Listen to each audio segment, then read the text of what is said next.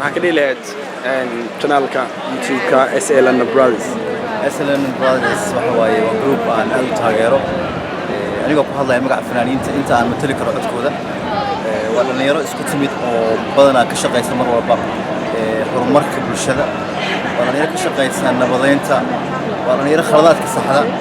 waa dhalinyaro u dagaalanta sidii diinta islaamka looga fogeyn lahaa waxyaabaha wasaqda ah in lagu tilmaamo waxyaabaha xun diinteena diin nadiif oo macaan maasha allah marka dhinac walba waan taageersanahay waxaan leeyahay aniga inta taageersan waxaan leeyahay ila taageera aad u mahadsantahay Maxamuud thank you so much